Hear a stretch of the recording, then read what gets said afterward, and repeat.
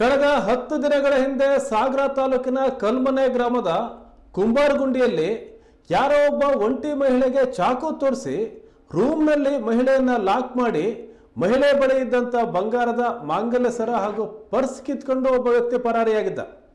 ಆ ಮಹಿಳೆ ಸಾಗರದ ಗ್ರಾಮಾಂತರ ಪೊಲೀಸ್ ಠಾಣೆಯಲ್ಲಿ ದೂರು ಕೊಟ್ಟಿದ್ರು.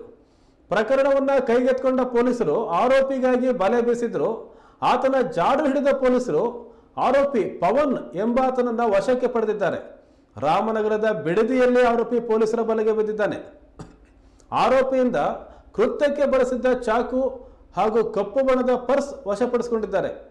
ಆ ನೊಂದ ಮಹಿಳೆಯ ಕುತ್ತಿಗೆಯಿಂದ ಕದ್ದ ಬಂಗಾರದ ಮಾಂಗಲ್ಯ ಸರವನ್ನು ಆರೋಪಿ ಬಿಡದಿಯ ಮುತ್ತೋಟ್ ಮಿನಿ ಫೈನಾನ್ಸ್ನಲ್ಲಿ ಅಡ ಇಟ್ಟಿದ್ದ. ಮಾಂಗಲ್ಯ ಸರವನ್ನು ಫೈನಾನ್ಸ್ನಿಂದ ವಶಪಡಿಸಿಕೊಂಡ ಪೊಲೀಸರು ಮಹಿಳೆಯರಿಗೆ ಹಿಂದಿರುಗಿಸಿದ್ದಾರೆ. ಸಾಗರ ಗ್ರಾಮಾಂತರ ಪೊಲೀಸರ ಕಾರ್ಯವೈಖರಿ ಮೆಚ್ಚಿ ಎಸ್ಪಿ ಮಿಥುನ್ ಕುಮಾರ್ ಪ್ರಶಂಸೆ ವ್ಯಕ್ತಪಡಿಸಿದ್ದಾರೆ.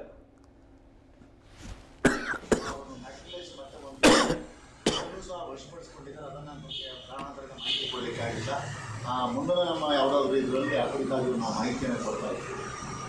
ಆದರೆ ಜನರಲ್ಲಿ ಇನ್ನೊಂದು ವಿನಂತಿ ಮಾಡ್ತಾ ಇದ್ದೀವಿ, ಏನು ಅಪರಿಚಿತರು ಗ್ರಾಮೀಣ ಭಾಗದಲ್ಲಿ ಬಂದಾವಾಗ ಅವರ ಫೋಟೋವನ್ನಾಗಲಿ ಅವರ ಮಾಹಿತಿಯನ್ನಾಗಲಿ ಸಂಗ್ರಹಿಸಿಕೊಟ್ಟು ಅಟ್ಲೀಸ್ಟ್ ಅವ್ರ ಡಿಸ್ಕ್ರಿಪ್ಷನ್ ಕೊಟ್ಟರೆ ನಮ್ಗೆ ಈಸಿ ಆಗ್ತದೆ.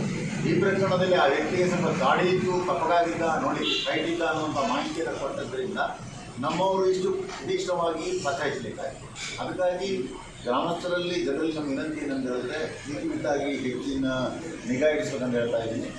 ಅದ್ರ ಜೊತೆಯೇ ಈಗ ನಮ್ಮ ನಗರ ಠಾಣಾ ವ್ಯಾಪ್ತಿಯಲ್ಲಿ ಸಾರ್ವಜನಿಕರಿಗೆ ಸಾಕಷ್ಟು ಕೂಗುಗಳು ಕೇಳಿಬಂದ ಹಿನ್ನೆಲೆಯಲ್ಲಿ ಮುಖ್ಯವಾಗಿ ರಸ್ತೆ ಸುರಕ್ಷಿತ ಮತ್ತು ರಸ್ತೆ ಮೇಲಿರುವಂಥ ಏನು ಪಾರ್ಕಿಂಗ್ ಪ್ರಾಬ್ಲಮ್ಗಳು ನಿರ್ವಹಿಸುವ ನಿಟ್ಟಿನಲ್ಲಿ ಕೆಲಸ ಮಾಡ್ತಾ ಇದ್ದೀವಿ.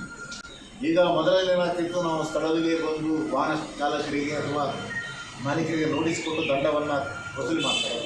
ಈ ಹೊಸ ಪದ್ಧತಿಯನ್ನು ಮಾಡಿದ್ದೀವಿ. ಯಾರೇ ಹಜಾರ್ಡಸ್ ಪಾರ್ಕಿಂಗ್ ಮಾಡಿದರೆ ಅವರ ವಾಹನದ ಚೆಸ್ಸಿ ನಂಬರ್, ಎಂಜಿನ್ ನಂಬರ್ ಅಥವಾ ರಿಜಿಸ್ಟ್ರೇಷನ್ ನಂಬರ್ ನೋಡಿ ಅವರ ಅಡ್ರೆಸ್ಸನ್ನು ಪತ್ತೆ ಮಾಡಿ ಅವ್ರ ಮನೆಗಳಿಗೆ ನೋಟಿಸನ್ನು ಕಳಿಸುವ ಎಚ್ಚೆತ್ತುಕೊಂಡಿದ್ದಾರೆ. ಹೀಗಾಗಿ ನಗರಸಭೆಯವರು ವಿನಂತಿ ಮಾಡಿ ಪ್ರತ್ಯೇಕವಾದ ಸ್ಥಳಗಳನ್ನು ಮುಖ್ಯವಾಗಿದೆ. ಒಟ್ಟಾರೆಯಾಗಿ ಈಗ ಟ್ರಾಫಿಕ್ ಹೋಗೂ ಸಹ ಹೆಚ್ಚಿನ ಗಮನ ಆಗ್ತಾ ಇದೆ. ಕಲ್ಮನೆ ಗ್ರಾಮದಲ್ಲಿ ಒಂಟೆ ಮನೆ ಇತ್ತು. ಸುಮಾರು ಮನೆಯಿಂದ ಸುಮಾರು 500 ಮೀಟರ್ ವ್ಯಾಪ್ತಿಯಲ್ಲಿ ಯಾವುದೇ ಮನೆ ಇದ್ದಿಲ್ಲ.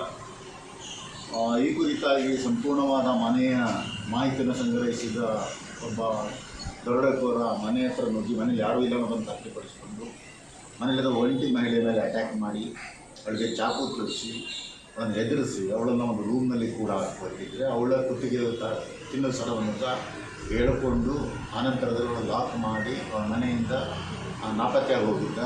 ಅಲ್ಲಿಂದ ಮೊಬೈಲ್ ತಗೊಂಡು ಹೋಗಿದ್ದ, ಮತ್ತು ಪರ್ಸನ್ನು ಎತ್ಕೊಂಡು ಹೋಗಿದ್ದ, ಮತ್ತು ತಾಳಿಯನ್ನು ಎತ್ಕೊಂಡು.